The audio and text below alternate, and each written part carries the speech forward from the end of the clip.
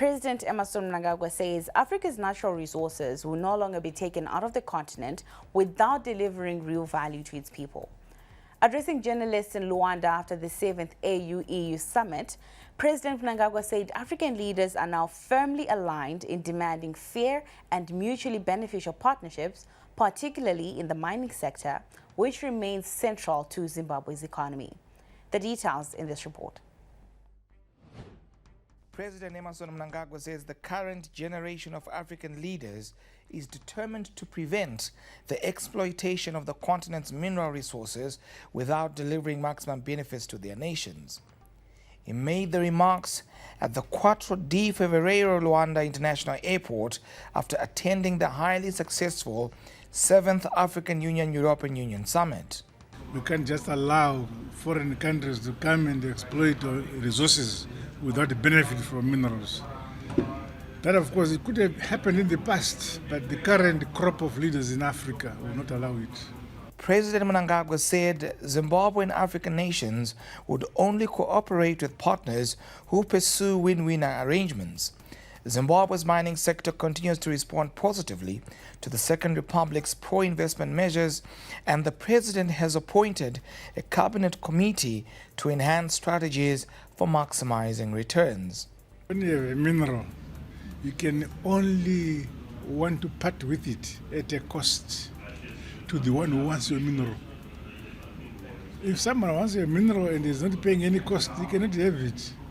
So we make sure that when we take our minerals out, we benefit from the resources that God gave us. Delivering opening remarks at the summit, Angolan President João Lourenço called for a stronger partnership between the African Union and the European Union. A Europa só tem a ganhar se tiver parceria e cooperação com uma África desenvolvida, que não remeta imigrantes ilegais para os países europeus através do mar Mediterrâneo e que não tenha necessidade constante de pedir doações e o perdão da dívida. The EU remains Africa's largest trading partner, with goods exchanged worth nearly 355 billion euros in 2024.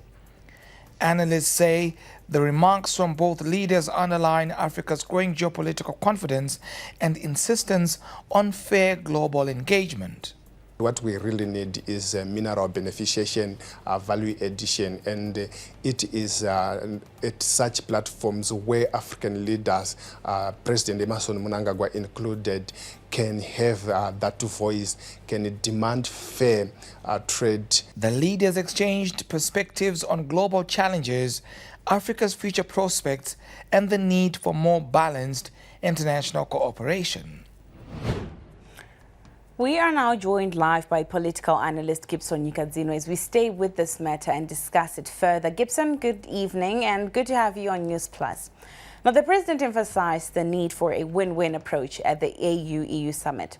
What is the significance of this approach in Zimbabwe and Africa's international engagements? Thank you so much for the important question. I think what the president has said in terms of a win-win approach as a significant step in EU-Africa relations or Africa-EU relations is coming from a realization that historically there's been one partner who has benefited a lot on unequal terms from such an engagement or relationship because of the historical relations that have existed between the two parties, which are mainly anchored in a colonial trajectory. So this is a moment of realigning both the structure of the relationship and the interests of the parties that are involved. So this significance, it emanates from quite a number of things. I think what I can only highlight is that this win-win approach should benefit the people of Africa and the people of Europe. For instance, when you look at the European Union, it only has a population of 450 million against Africa, which has a population of 1.4 billion. That's almost 3 times the population of Europe. And the age of Africa, the median age, the average age is 19 compared to 44 in Europe. So That means there is a realignment of interests, and this should benefit both parties despite the demographic developments that we are seeing. So now, Gibson, from the key takeaways, what do you think are some of the areas that were spoken of that about shared interest between these two unions? And when you look at the key takeaways in terms of areas of shared interest, I think the biggest area which Africa and Europe are cooperating on, especially considering that the United States has pulled, or rather it pulled out of the Paris Agreement during the first term of President Trump and also now his second term. The commonality is that we need a just transition into looking at eco-friendly systems in terms of energy. So this will also dovetail with the issue of the mining sector as a critical sector in this just transition to address climate change issues. The other thing is the energy, defense and security issues, and also in terms of migration.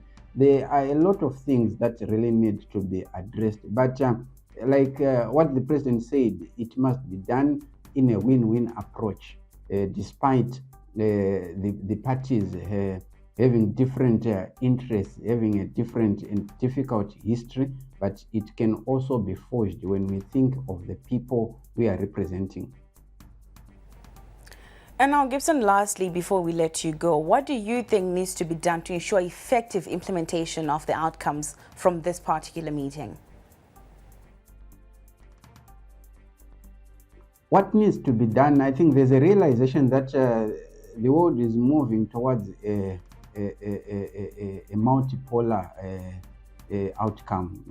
Everyone is anticipating that, everyone is seeing that, and this is the reality that we are living in.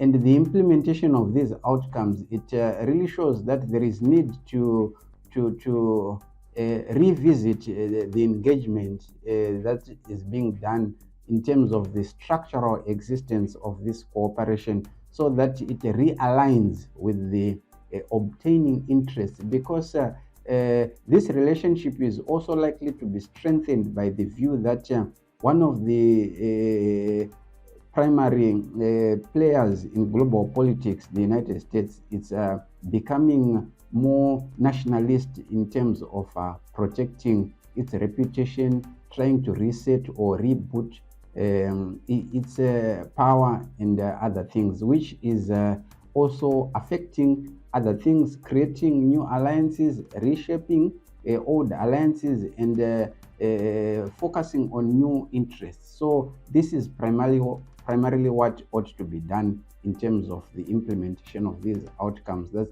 the restructuring of the whole relationship. And thank you.